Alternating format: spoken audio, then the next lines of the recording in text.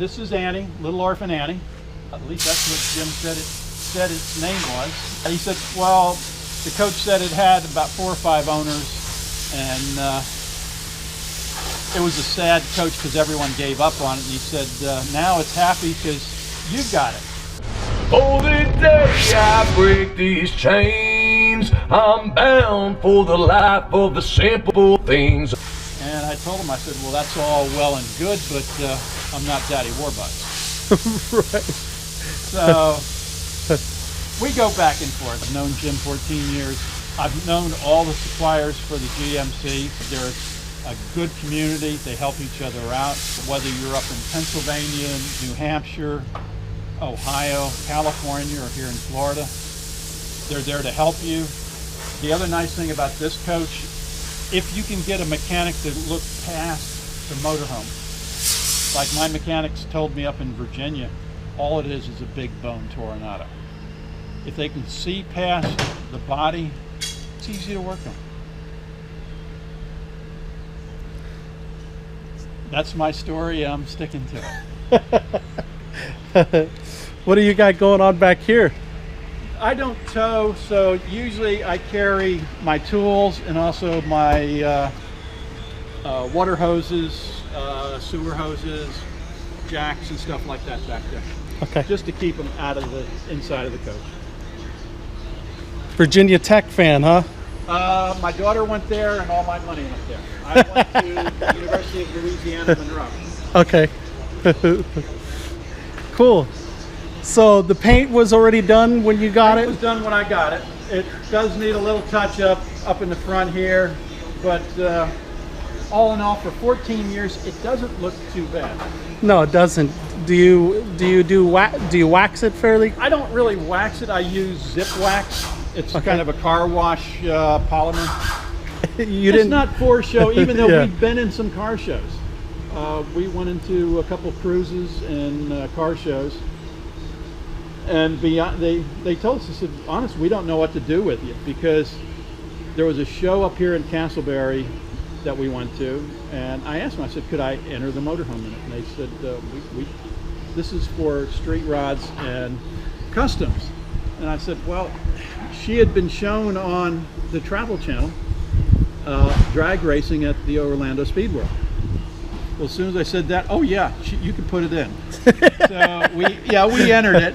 They put us next to a building, threw us an extension cord, so we had lights and fans and the refrigerator. And she's a little different than most motorhomes. She's a whole lot different than most GMCs.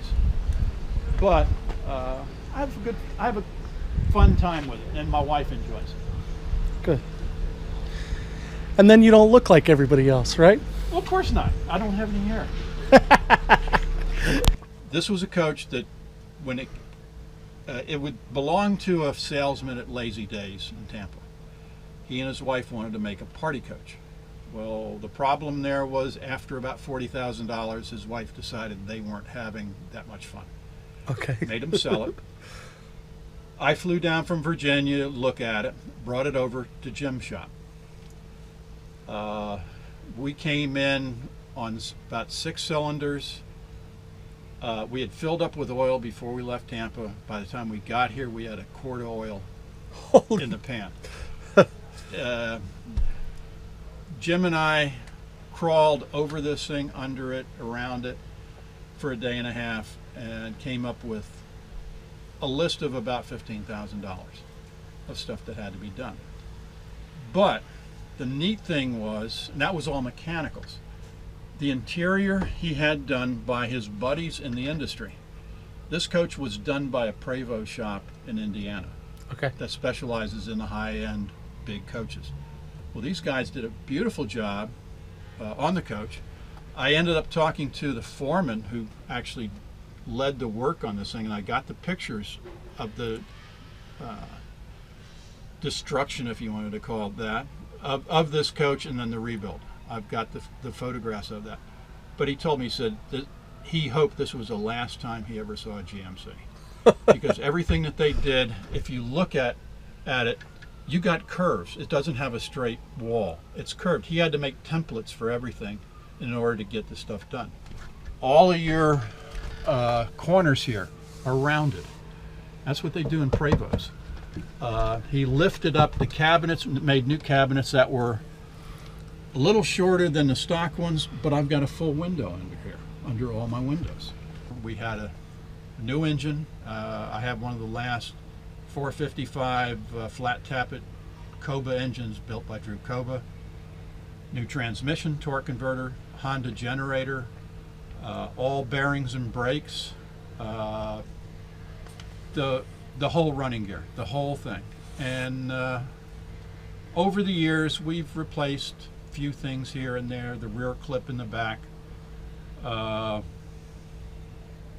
But all in all, it's been a great coach. Jim Bounce built this J-shaped couch for me and a table. I got storage underneath. He built these blue cabinets here. So for two people, this is a coach where you got plenty of room. Unlike a lot of GMCs, I can't complain about lack of storage space. Right. We've got space all over. We've got a heat strip up here. I'm getting ready to put a thermostatic control on that. We've got, you know, the little cube heaters that we all use, and the thing is so well insulated, it doesn't really take that much. Other than that, she's a 73 that's been upgraded. She rides like a dream. I mean, it's like being out on the road on a yacht. I mean, the air suspension, it's nice. I can pull this thing into any gas station. I can pull it into any mall. I can pull it into any grocery store. I'm retired military, so I can go into military campgrounds. I can pull this thing just about into any place that you could pull a van.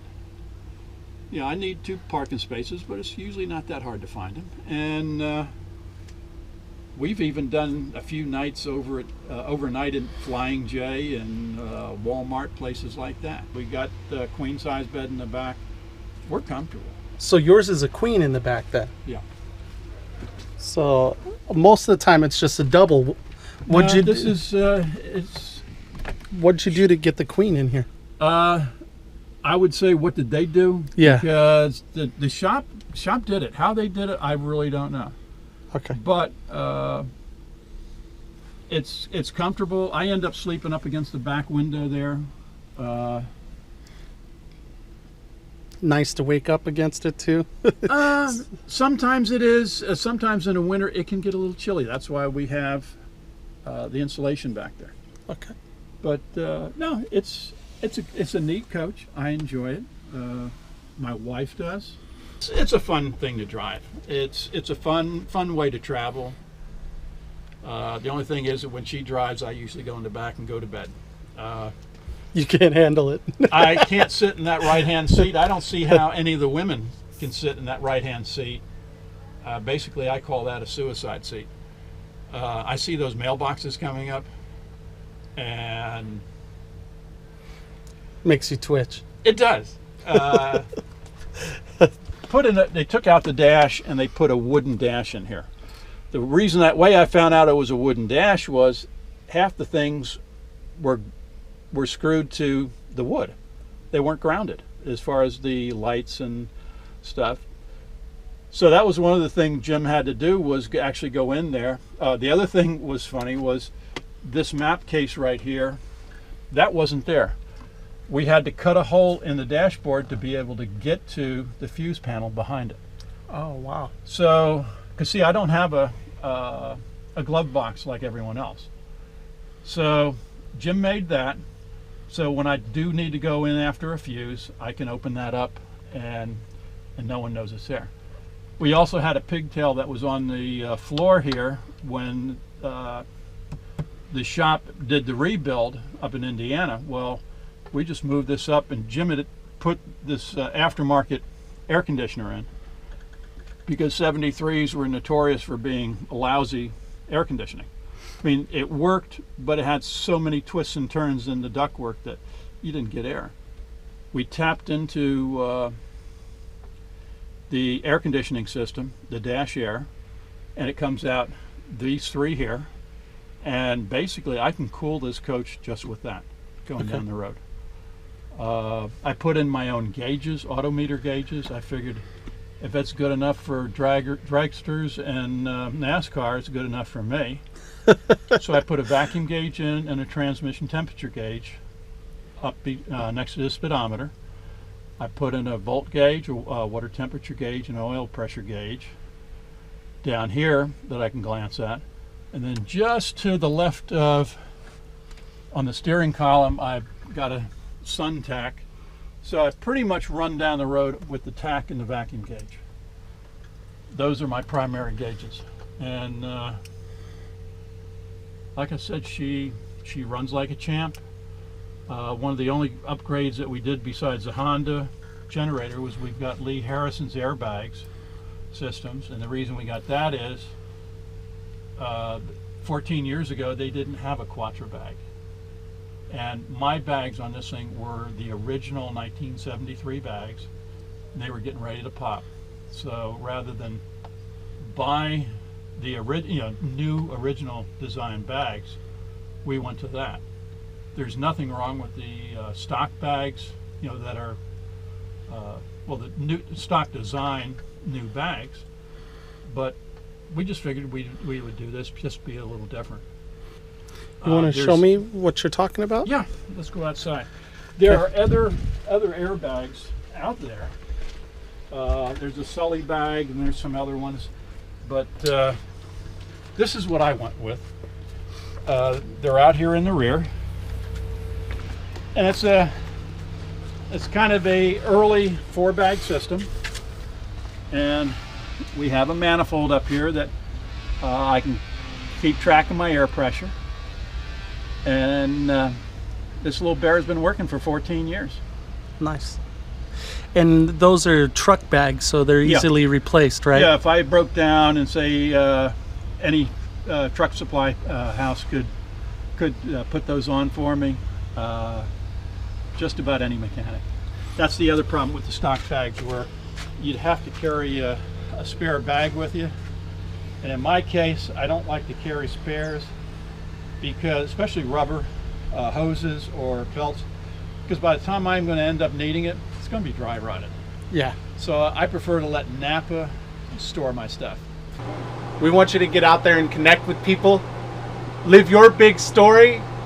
Make sure you do something every single day to reduce road suck.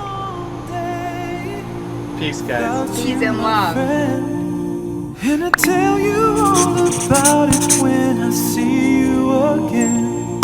We come a long way from where we began. Oh, I'll tell you all